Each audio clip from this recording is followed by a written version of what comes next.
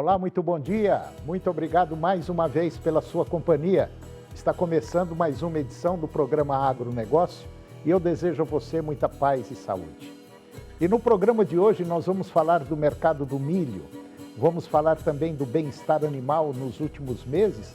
O debate sobre bem-estar animal no agro já vinha ganhando densidade.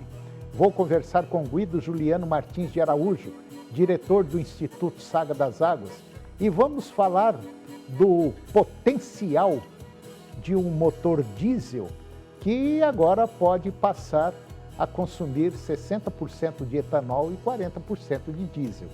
Vamos falar também do plantio e colheita do milho. E eu vou conversar com Rafael Ribeiro, diretor de agropecuária da Agrodefesa, e a conversa vai ser sobre brucelose e a declaração do rebanho. O programa Agronegócio já está no ar.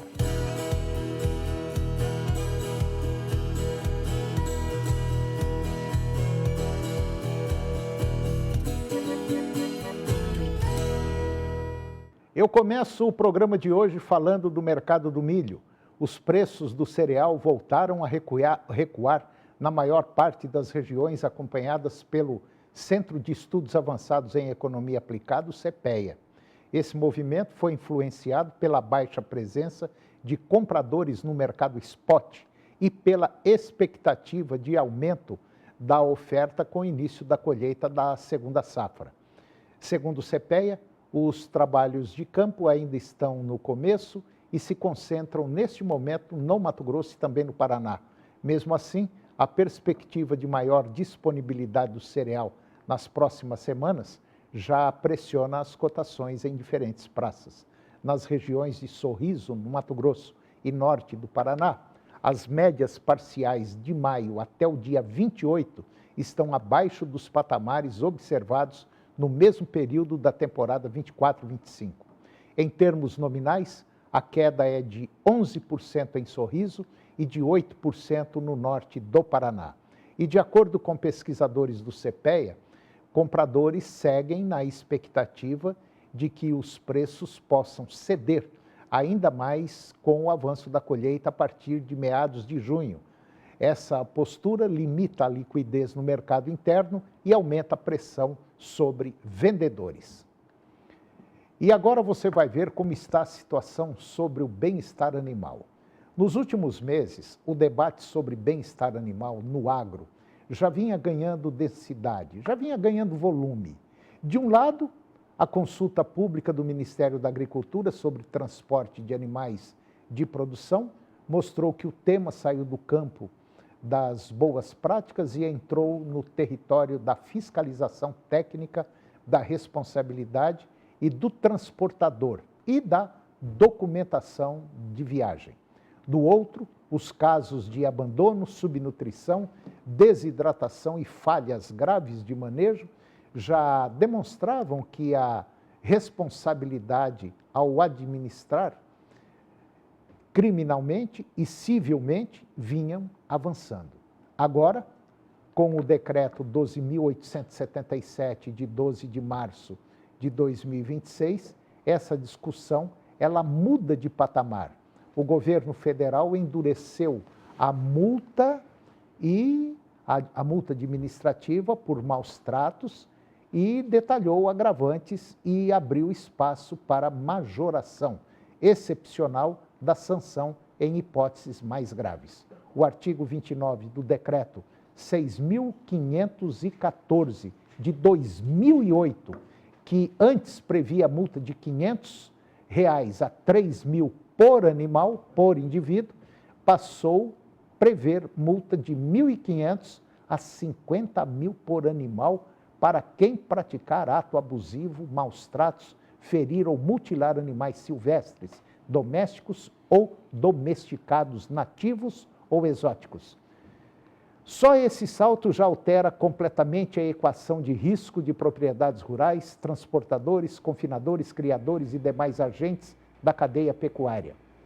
Em decorrência, com dezenas ou centenas de animais, a conta administrativa pode assumir proporções mais elevadas. Mas o decreto não aumentou apenas a multa base, também passou a exigir que a autoridade administrativa fundamente a dosimetria com base em critérios objetivos, levando a conta gravidade da extensão do dano e a reprovabilidade da conduta, com a menção expressiva e circunstâncias agravantes. E entre as circunstâncias agravantes estão morte do animal, sequela permanente, especial vulnerabilidade, abandono, reiteração, obtenção de vantagem econômica, violação do dever de cuidado pelo responsável e até utilização de outros animais para práticas da infração.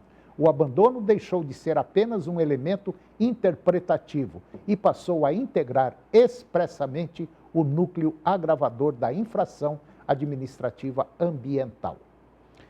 E agora eu vou conversar com Guido Juliano Martins de Araújo. O Guido, ele é o diretor do Instituto Saga das Águas e nós vamos falar de coisa boa. Nós vamos falar de motor a diesel, ou seja, todo motor a diesel pode utilizar 60% de etanol e 40% de diesel. Guido, bom dia, tudo bem? Bom dia, Antônio, tudo bem. É mais ou menos isso? 60 por 40? Exatamente isso. Essa é uma grande vantagem aqui para nós, porque nós estamos vivendo um problema de falta de óleo diesel, porque nós sabemos que 30% do óleo diesel utilizado no Brasil vem de fora, vem da Rússia, vem dos Estados Unidos, e com esses conflitos aí e essas sanções dos Estados Unidos, nós estamos em risco, porque nós sabemos que o diesel é a mola mestra para a produção de tudo nesse país, inclusive a logística, para que a gente possa transportar todas as mercadorias, inclusive os nossos grãos. Mas uma empresa mostrou um aparelho que eles idealizaram, uma empresa alemã, que você acopla no motor diesel e esse diesel vai ser utilizado na câmara de explosão juntamente com o etanol. Ele não será misturado num só tanque. Serão 2 tanques em que, no momento do funcionamento, esses 2 combustíveis, o diesel e o etanol, entram na câmara de explosão e fazem o motor funcionar, com 60% de etanol e o restante 40% do diesel. E por que eles terão que ser colocados ao mesmo tempo? Porque o motor diesel não tem a centelha, não tem uma vela, vamos dizer assim, que o motor a gasolina, um motor a etanol tem. A explosão do motor diesel é uma explosão espontânea por conta da compressão naquele cilindro. E aproveitando essa explosão espontânea, você injeta também o etanol e eles vão explodir da mesma maneira. Não vai afetar a potência do motor e dará uma economia muito grande de divisas para o Brasil e o meio ambiente agradece. É bom que a gente lembre que o óleo diesel, quando explode, quando vira aquela fumaça, ele tem dióxido de nitrogênio, tem enxofre, tem monóxido de carbono. Todos esses são altamente poluentes e o etanol lá fora é somente água e gás carbônico, ou seja, o CO2. Bom, e isso que o Guido está falando realmente é uma inovação fantástica, porque aqui no Brasil nós produzimos etanol de cana, etanol de milho, podemos já produzir etanol de sorgo, e nós já estamos na bica aí também de etanol, por incrível que pareça, etanol de soja. Quer dizer, vai ser uma baita de uma economia.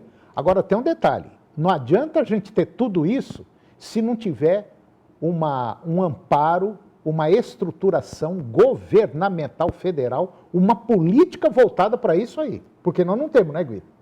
Não existe. Nós não temos. E o grande problema é que todos esses empresários que têm muita coragem de fazer isso para que a gente tenha uma ideia, as indústrias, as destilarias de etanol de milho já são 24 no Brasil e tem 16 sendo montadas que daqui a pouco vão produzir. Se nós produzimos no ano de 2025 10 bilhões de litros, vamos produzir agora 13 bilhões de litros e vamos dobrar essa capacidade assim que essas usinas comecem a funcionar num tempo muito curto, coisa de 1 ano, no máximo 2. E não existe uma política, o agronegócio precisa de alguém em Brasília que olhe o agronegócio. O agronegócio não sobrevive com estas altas taxas de juros. Terá que haver pessoas em Brasília que não pensem somente em fazer política para o seu grupelho, e sim fazer para o Brasil, gerar divisas, gerar riquezas para o povo brasileiro. Ô Guido, nós sabemos aí que por volta de 60%, 70% do transporte brasileiro, tudo aquilo que tem que ser transportado no Brasil, é feito por caminhão.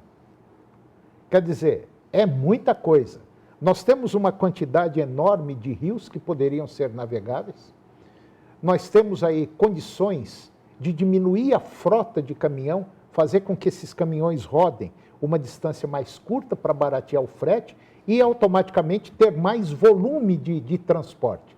Mas aqui no Brasil ainda é aquilo que a gente sempre fala, não tem ninguém, parece que com uma ideia, com uma mão mais pesada para falar, vamos implementar isso o mais rápido possível, porque o Brasil tem condição de produzir o seu próprio combustível.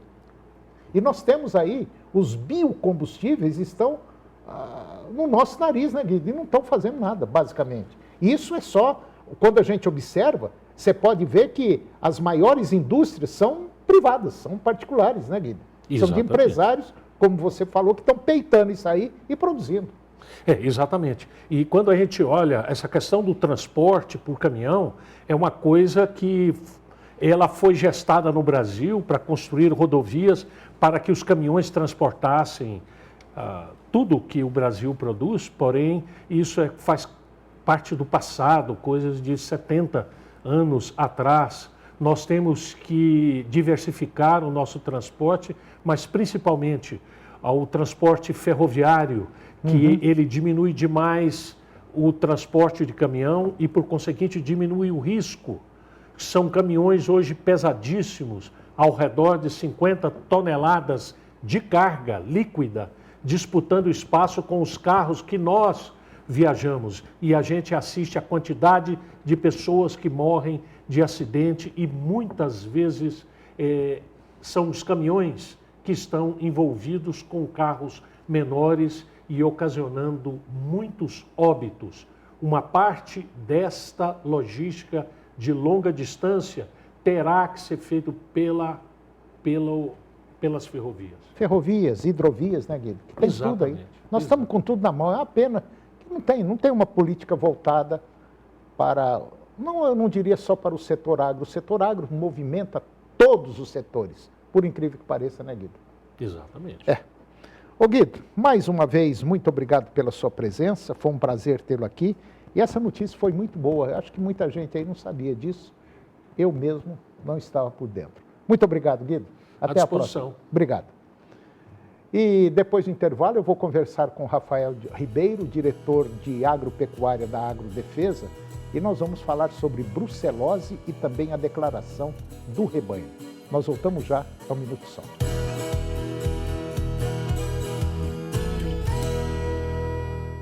Nesta terça-feira, o Jornal do Meio-Dia continua falando do Dia dos Namorados. É que o Procon Goiás alerta, a variação de preços de presentes chega a 260%, de orquídeas a eletrônicos. O prejuízo pode ser grande se você não pesquisar, hein?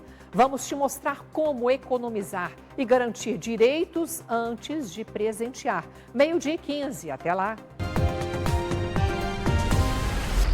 Estrategicamente localizada no coração do Brasil, o que permite uma distribuição eficiente para todo o país, a Cristal Alimentos é um complexo industrial de alta tecnologia e referência mundial. Líder de vendas e amplamente premiada onde atua, a empresa produz há mais de 60 anos o arroz Cristal, com reconhecida qualidade atestada por prêmios nacionais e internacionais. Arroz Cristal, pureza em forma de grãos. Só pureza, nada mais.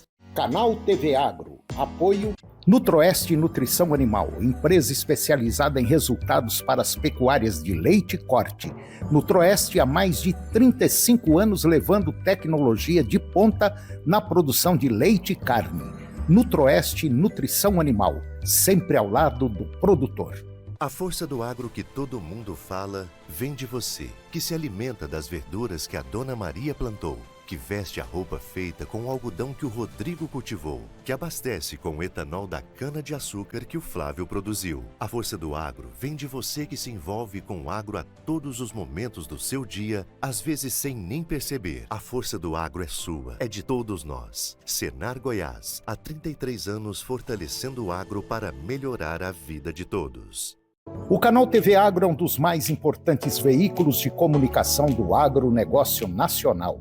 Está em 12 emissoras de rádio, programa em TV, canal no YouTube, newsletter, site www.tvagro.com.br, mídias sociais, além de 118 grupos em WhatsApp.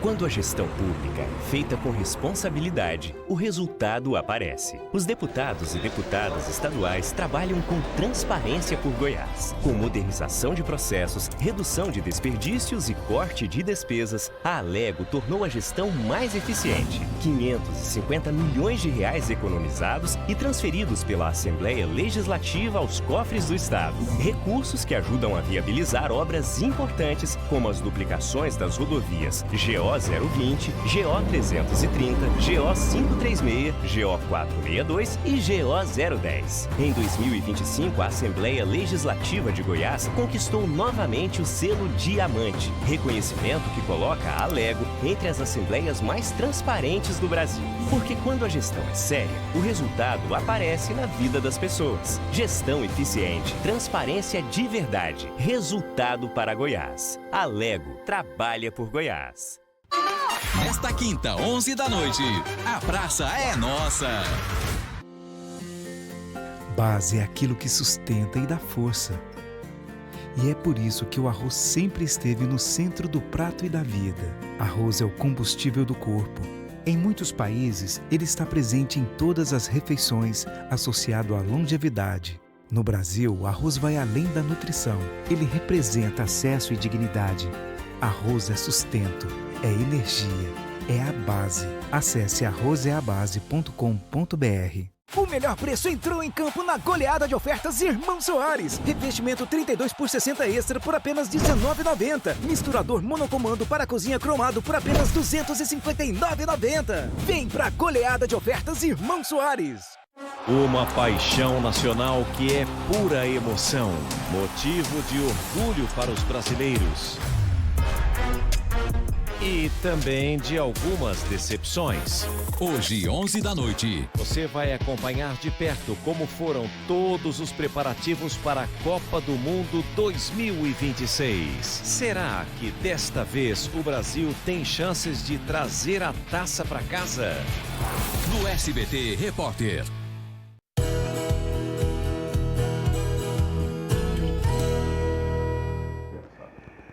Nós estamos de volta e agora vamos falar de plantio e colheita de milho.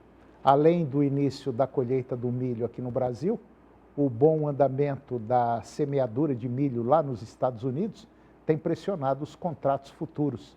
E dentro desse cenário, reduz a sustentação externa e limita a paridade de exportação. Fator que também contribui para a queda das cotações no mercado doméstico. Nem mesmo as preocupações climáticas foram suficientes para conter os recuos nos últimos dias. Altas temperaturas, falta de chuvas em Goiás e em parte do Mato Grosso do Sul, além de geadas no Paraná, seguem no radar do setor, mas ainda não alteraram a expectativa de maior oferta. Apesar da queda em boa parte das regiões acompanhadas, Santa Catarina e Rio Grande do Sul, eles apresentaram um comportamento distinto. Santa Catarina, os preços ficaram firmes, enquanto no Rio Grande do Sul houve alta nas cotações. Nos dois estados, a colheita da safra de verão está praticamente finalizada, o que reduz a pressão imediata de entrada de oferta. E com isso, o mercado do milho segue dividido entre regiões que começam a receber a segunda safra e áreas onde a disponibilidade local tem a dinâmica diferente. A tendência para as próximas semanas vai depender do ritmo da colheita, da postura dos compradores e dos impactos efetivos das condições climáticas sobre a produtividade. Por enquanto, a expectativa de avanço dos trabalhos em Mato Grosso e também no Paraná mantém o mercado pressionado. E agora eu vou conversar com Rafael Vieira. Ele é diretor de agropecuária da Agrodefesa e nós vamos falar sobre dois temas muito interessantes. Um é a brucelose, vacinação, e a outra é a declaração do rebanho. Rafael Vieira, muito bom dia, muito obrigado pela sua presença, tudo bem? Bom dia, muito obrigado, Toninho. A gente que agradece a oportunidade. Rafael, agora no próximo dia 10, já está chegando, é o último prazo para a declaração do rebanho, correto? Correto. O que o produtor tem que fazer? Bom, o prazo era dia 31, né? E pensando justamente que a gente precisa manter o alto nível de regularidade dos produtores, nós dilatamos esse prazo para dia 10. Então, o produtor que ainda não fez a declaração, ele tem que fazer a declaração por meio do nosso sistema, que é o Cidago, e ele pode acessar o sistema através do site da Agrodefesa, fazer o login por meio da sua senha individual e fazer a declaração do rebanho, demonstrando ali qual que é a realidade, que encontra-se dentro da propriedade e acertar ali o saldo que existe na propriedade, o saldo real e o saldo que vai ser introduzido no sistema. É aquele site que você passou, que é goiás.gov.br/agrodefesa. Isso. Então você entra, se você tiver um celular, um computador, você entra www.goiás.gov.br/agrodefesa e faz a sua declaração por ali. Se você não quiser, você pode ir até numa agência da Agrodefesa, correto? Sim, corretamente. Nós temos escritórios espalhados aí em mais de 230 municípios, né, e as pessoas podem procurar os escritórios da Agrodefesa e fazer esse atendimento diretamente com os nossos servidores. Mas é bem prático. O uso do sistema, a gente até orienta que deve priorizar o sistema porque ele é prático, é auto-informativo, né, a pessoa não tem geralmente dificuldade. Uma coisa que eu acho que é importante a gente ressaltar é que aquelas pessoas que não acessam o sistema e que terceirizam esse serviço, elas precisam cadastrar a pessoa como procurador. Entendi. Então, ele vai cadastrar uma senha como procurador e, a partir daí, esse procurador vai poder acessar o sistema e fazer a declaração em nome de um terceiro.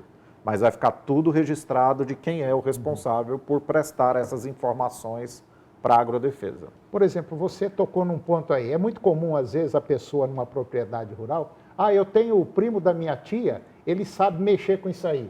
Aí você vai lá no primo da sua tia, vai fazer uma senha, vai fazer uma procuração para o tio da sua prima fazer essa declaração. Mas essa declaração vai sair no seu nome. Pode ficar tranquilo que dá tudo certo. É isso aí, Dá tudo certo. Isso foi um dos requisitos de segurança que a gente implementou, justamente para que o produtor tenha certeza que o sistema está sendo acessado somente por pessoa que é da sua confiança ou por ele próprio.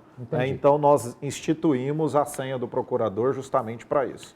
Aumento da segurança para o produtor rural. É até agora o próximo dia 10, hein? Passou do dia 10, aí já começa a dar problema, né? Exato. As pessoas que não declararem até o dia 10, elas ficam com a propriedade bloqueada para fazer movimentações. E ela só consegue fazer o desbloqueio se ela procurar o escritório da Agrodefesa. Infelizmente, tem uma penalidade, né? A aplicação também de uma multa para que ele faça essa regularização. Tá certo. Dia 10, não esqueça. Agora tem um outro detalhe. Brucelose. Vacinação, como é que está essa situação da brucelose? Bom, a brucelose é uma doença que a gente tem um foco de trabalho muito intenso, justamente porque é uma zoonose. Sim. Né? Então, nós temos que tomar todo o cuidado para que essa doença baixe os seus níveis de prevalência. Uma das ações de controle é a vacinação. Vacinação de todas as fêmeas na idade de 3 a 8 meses. Né? E nós passamos na semana passada por uma semana que nós dedicamos a realizar vários eventos voltados para a conscientização da importância de fazer o controle e a prevenção dessa doença dentro das propriedades.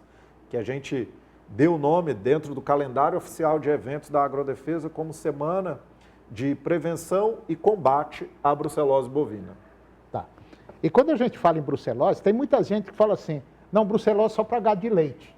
É muito comum, mas muito. Não, gado de corte não precisa. Precisa sim, viu? Gado de leite ou gado de corte, não importa. Se for fêmea de 3 a 8 meses, toma a injeção. Exato. E isso até foi bom você mencionar sobre isso, porque é muito comum a gente ver as pessoas falando que, não, brucelose é um problema só do rebanho leiteiro. Os números que a ciência apresenta aqui no estado de Goiás demonstram justamente o contrário. Hoje, a brucelose tem sido um problema até mais sério no gado de corte do que no gado de leite. Está ali. Os dois estão precisando melhorar, os índices de prevalência.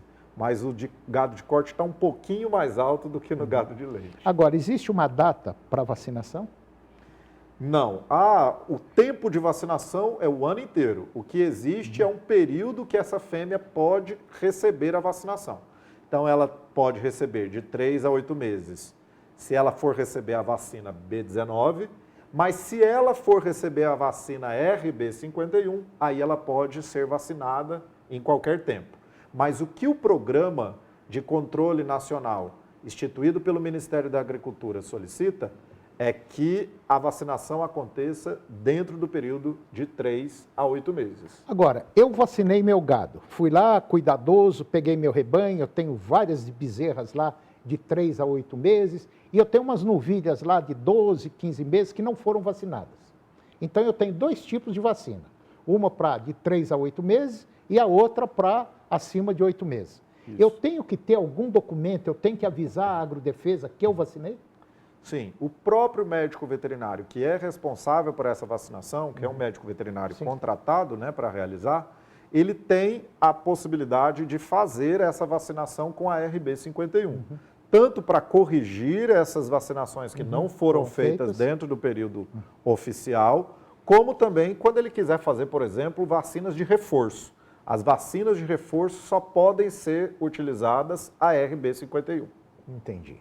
Bom, então fica aí um alerta para você que tem animais de 3 a 8 meses, fêmeas, não importa, gado de leite ou gado de corte, tem que vacinar. Mas eu não vacinei um lote aí que eu comprei, tal. Você pode vacinar com outro tipo de vacina. A pessoa que você for contratar para fazer isso, ele sabe desse trabalho que você tem que fazer. E tem também agora, outra vez lembrando, dia 10 agora de junho, é o último dia para a declaração do rebanho. Se você tiver dúvida, entre no site www.goias.gov.br/agrodefesa ou então tem um telefone virtual que vai conversar com você, o robozinho vai conversar e vai te orientar. O telefone é o 629-8164-1188.